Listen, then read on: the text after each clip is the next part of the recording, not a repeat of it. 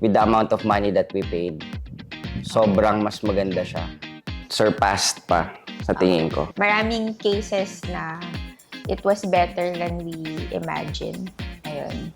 Sa akin,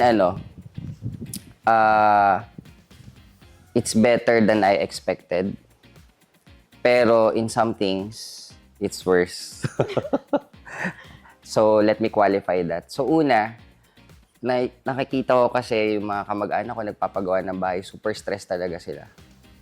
So, ang experience ko naman kay Hegdes, hindi ako na-stress, kumbaga. Parang sasabihin ko ganito, ganyan, gagawin na nila, and madali silang kausapin.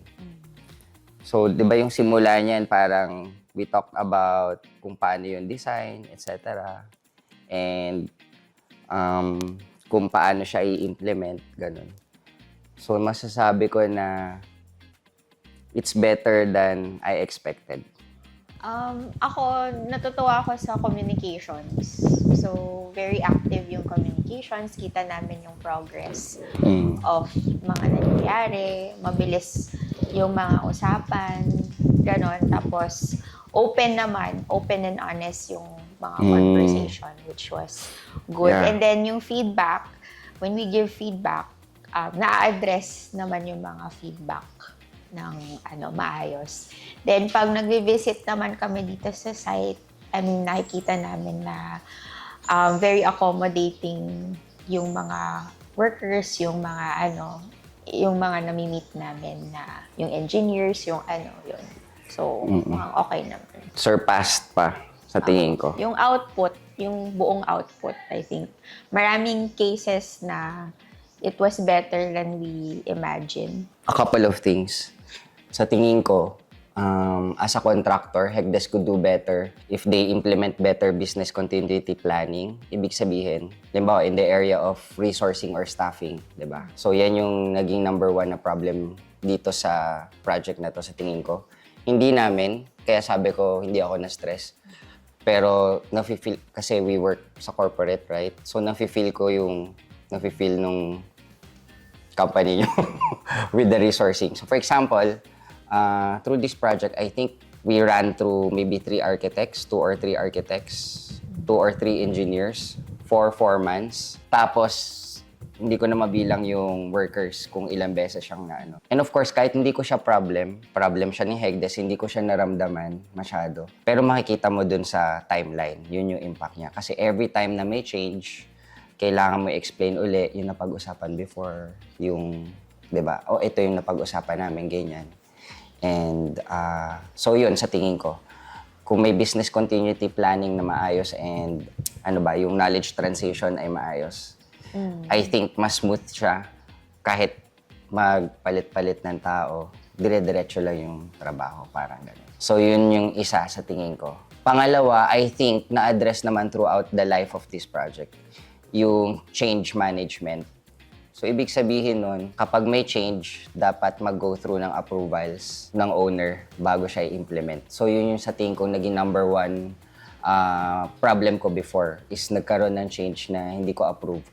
Pero, kaya positive experience pa rin siya overall sa akin. Kasi, sabi ko nga, ang gusto lang naman ng Hegdes, patibayan yung bahay, pagandahin. So, yun yung aim nila. Pero with that change, of course, comes impact sa budget, etc., which it would have been nice kung ma-approve muna namin. Pero all in all, yun nga, madaling kausap, diba? So, nag-usap kami na ito lang yung budget namin, ganyan, nakapag-haggle. I don't think magagawa mo sa ibang contractor yun, yung ganong negotiation.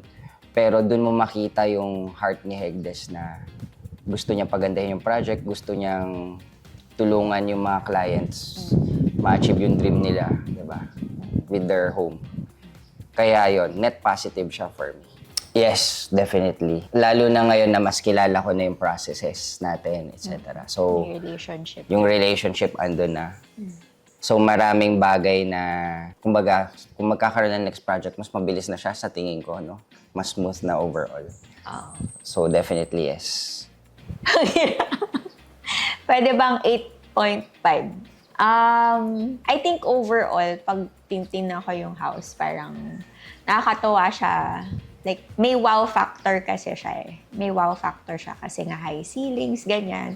Tapos yung madaming windows. And yung ini-imagine ko namin before, hindi siya like this. Parang na-surpass niya yung expectation ko nung nagsisimula kami, yung nagde-design pa lang ng bahay. Kaya siya mataas for me. Ayun. Tapos, kaya 8.5, I think yung challenges, nandun ako dun sa, marami tayong challenges na na-encounter. So, siguro gusto kong i-take note na, yes, parang lahat ng mga challenges, ginawan talaga siya ng paraan. Ayun. Pero I think yun yung area na pwede tayo to grow more. Like, how do we get the output done in a way na, I guess yung timeline, sorry, Real. Brielle, we're in the middle of Interview. it's a video. Interview video. Go You can inside sit the here office. if you want, but see you, I love you. So maraming factors to consider, no? Kaya siya hindi 10. Pero kung iisipin mo, sa tingin ko, pwede siyang 10. So number 1 is, ang ganda ng finish, right?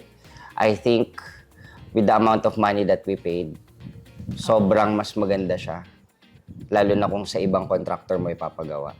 Like yung finishes niya, yung quality ng build, 'di ba? So sobrang okay. Tapos and lahat ng napapansin ko talaga, ina-address nyo kahit sobrang liit na bagay. Kaya yon 8.9, almost 9 na. Siguro magpapasalamat ako. Alam kong hindi naging madali. Ayun, maraming challenges, sobra. And nakita ko talaga yung pag-push ng mga tao. Parang bawat challenge, hindi kami masyado na-stress kasi parang nakita namin na talagang ginagawa ng paraan every step of the way. So, salamat sa lahat ng hard work. Tsaka yung determination para ma-complete lahat despite lahat ng multiple challenges. Yun. Tama sabi ni Katie, nagpapasalamat siya. Ako rin kasi feeling ko talaga ginamit si Hegdes ni Lord para sagutin yung panalangin namin magkaroon ng forever home namin. So, in case you don't know, dream home talaga namin to na mailapit sa nature yung mga bata, tapos mailayo sila sa Metro Manila, ganyan, no? And, ayun, 2019 pa namin pinagpipray itong bahay na to. Tapos nagka-pandemic and ang dami. Pero nung na-meet ko si Hegdes, doon nagsimula yung ano.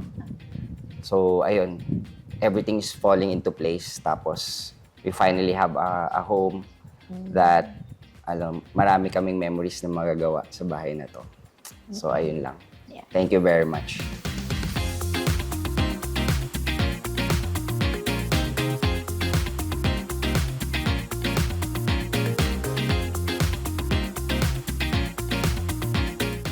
Contact us today for more information. Follow us on Facebook, Instagram, TikTok, and YouTube.